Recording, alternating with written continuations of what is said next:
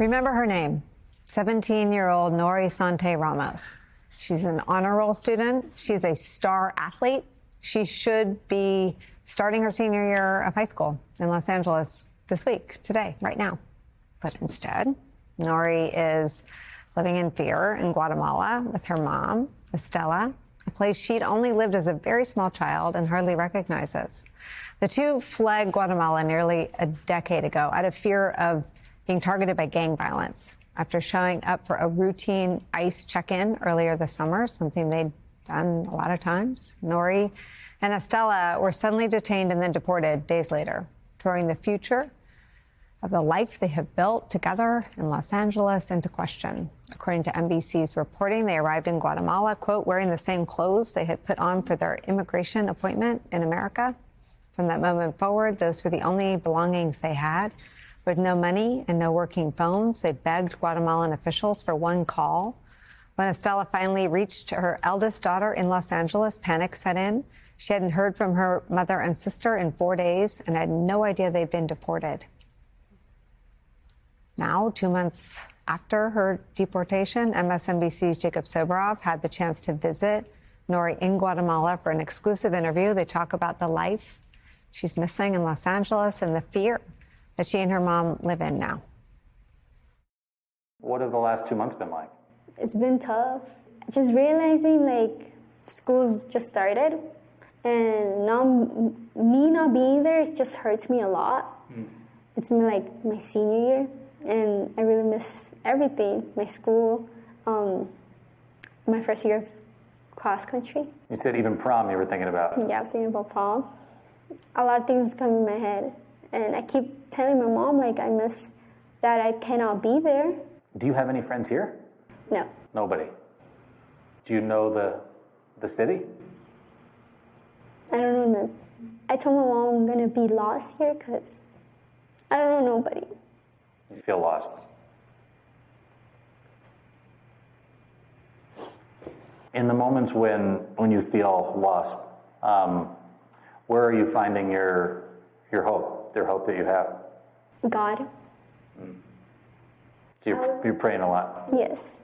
I pray every single day to be able to like have an opportunity to go back. And my mom is like hyping me up and telling me that everything's gonna be fine.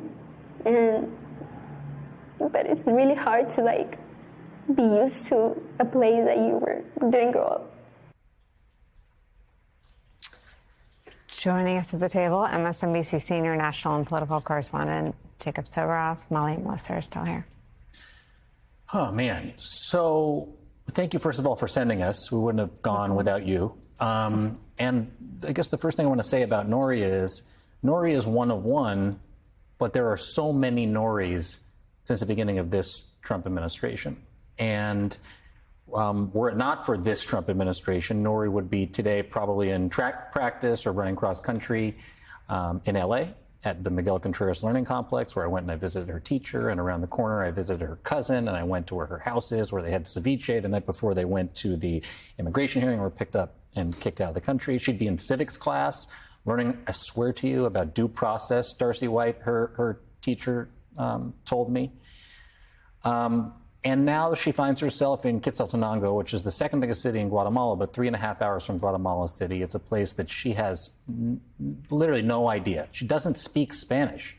She speaks a little Quiche, which is the Mayan dialect that her mother spoke when she brought her to the United States a decade ago. And she hasn't left that tiny little apartment that we were in 2 months because she's scared of what will happen if they walk out into the streets.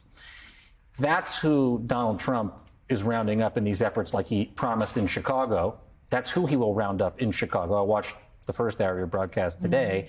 And that's what's really going on. 60% of the people who were picked up and deported in LA in June and July from the beginning of that ramped up immigration enforcement run by Gregory Bavino, who's going to now be doing Chicago, had not only did they not have criminal convictions, but no pending charges either. That's double the amount of people in the previous 16 months in LA who were picked up. Non-criminals, track stars, honor students, Noris. And Kay Guerrero and I went down there, the senior producer for MSNBC, because I think it's important for us not just to show the sending end, but the receiving end of all of this also. And so it's likely that all around the world, you're going to have Noris that are kicked out of the United States by the Trump administration. For what reason? I don't know the answer. And she and her mom were asylum seekers going to regular appointments? Checking in on a regular basis. And that's the thing that is, I think, sickening to a lot of people. When I saw it at 26 Federal Plaza here in New York, the idea that people are showing up in order to try to do the right thing and then are literally being sent to a place where they fear that they could be killed, it just doesn't compute. And actually, I would love to play you a little more what Nori said about that, because that to me is sort of the most egregious thing about all of this, is that they're sitting inside this tiny little apartment, literally not knowing what's happening outside the door. So here's what she told me about whether or not she feels safe in Guatemala. Part of the reason that you guys left when you were little was that your mom didn't feel safe here. Yes. Now that you're back, you still worried about your own safety? Yes. I'm worried about what might happen. We're not safe at all here. There's people like looking for my mom. So we're just scared, like, we find them in the streets. So any day, you're worried that something might happen to you just outside these doors? Yes. Every day, I'm just worried, especially my mom. They almost killed her. So I'm really, really scared, and for my safety, too. I'm a runner like she is, and I don't know if you guys are, but I thought, it must make her insane, amongst everything else, to sit inside this tiny little apartment and not go out and be able to even run around the neighborhood. And I said, you think you could do that? I could barely walk down to the end of the block. I'm so scared every time I go outside of the door. And I think another reason that I want to do this is that if there's a way for her to come back, somebody out there might know it. There might be an immigration attorney or a lawmaker who sees this and says, just like her teacher said to me, her civics teacher at Miguel Contreras, her due process, which is what I was going to teach her about this year, is what's being violated. And so when I teach this class, you probably know better than anybody, there's got to be a way for her to find justice in all of this. It's a terrific point. I mean, whenever we talk about the immigration stories and the rounding up, people always flood my DMs like, they're not citizens, they don't have rights. That's not true. Right. It is not the case that non-citizens have no rights. They may have different rights. The nature of their rights may be different from that of U.S. citizens, but they are not completely deprived of rights. And the question about this is not whether the executive has the authority to deport people or whether Congress has the authority to deport people.